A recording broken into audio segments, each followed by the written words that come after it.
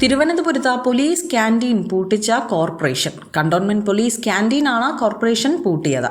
മീൻ ഫ്രൈയിൽ ചത്ത അട്ടയെ കണ്ടെത്തിയതിനെ തുടർന്നാണ് അടിയന്തര നടപടി. ചൊവ്വാഴ്ച ഉച്ചയ്ക്ക് പോലീസുകാരൻ വാങ്ങിയ പാഴ്സലിലാണ് ചത്ത അട്ടയെ കണ്ടെത്തിയത്. ക്യാന്റീൻ വൃത്തിഹീനമായ സാഹചര്യത്തിലാണ് പ്രവർത്തിച്ചിരുന്നത് എന്നും കണ്ടെത്തിയിട്ടുണ്ട്. കരാറുകാരോട് നേരിട്ട് ഹാജരാകാനാണ് കോർപ്പറേഷൻ നിർദ്ദേശം നൽകിയിരിക്കുന്നത്.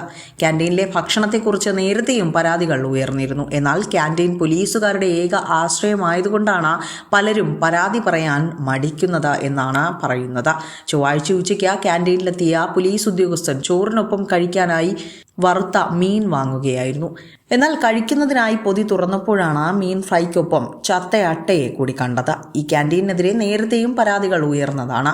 വിവരമറിഞ്ഞ കോർപ്പറേഷൻ അധികൃതർ ക്യാന്റീനിലെത്തി പരിശോധന നടത്തി. വൃത്തിഹീനമായ സാഹചര്യത്തിൽ പ്രവർത്തിക്കുന്നു എന്ന് കണ്ടെത്തിയ ശേഷം ഉടനടി ഭക്ഷണശാല പൂട്ടാൻ ഉത്തരവ് നൽകുകയാണുണ്ടായത്. വിസ്മയ ന്യൂസ്, തിരുവനന്തപുരം.